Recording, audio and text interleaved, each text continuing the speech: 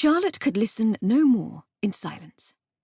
For several minutes now, a young man at the tea-house counter had been abusing a waiter with language that pierced her soul. She had tried to behave as the other customers and look away.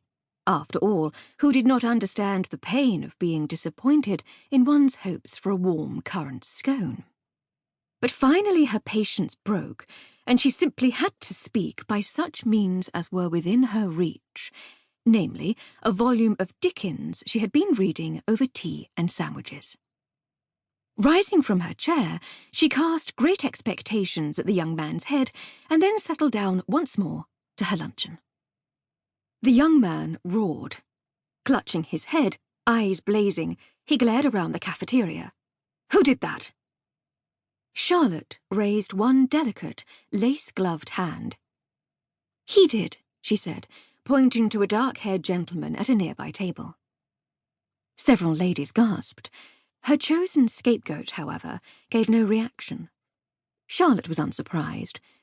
She had seen him enter the tea-house earlier, and noted at a glance how everything about him was rich, from his long black overcoat to his gold-handled briefcase. She could not imagine him paying attention to anyone he might consider lesser than himself. Indeed, he read his newspaper and drank his coffee as if she had not even spoken. The angry young man had heard her well enough, however. He stormed across to snatch the gentleman's newspaper and fling it dramatically to the ground. The moment was rather spoiled by paper sheets fluttering about, one covering his face and thereby muting his tirade, but he pulled it away, scrunching it within a fist.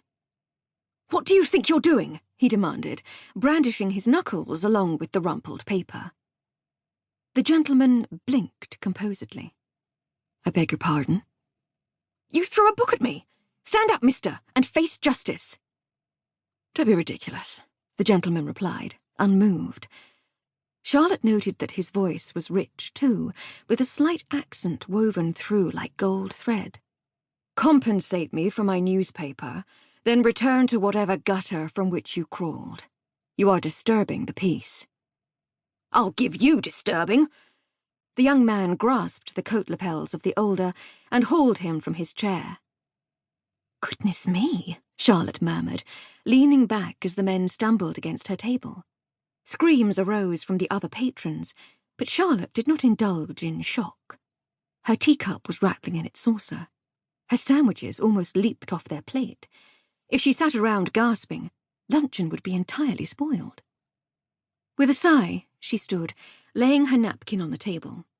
She took a last sip of tea while the men knocked over chairs with their furious wrestling. She wrapped her sandwiches in the napkin, rescued her purse from the table moments before the men crashed onto it, then left the tea-house, picking up the gentleman's briefcase as she went.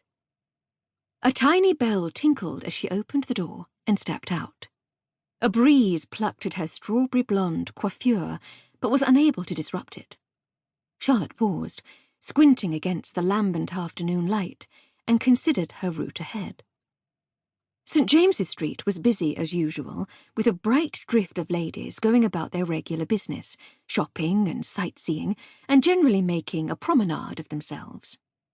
A woman dressed simply in grey, with only one feather on her hat, and the smallest bustle possible without being indecent, would stand out most regrettably amongst them. But there was no choice.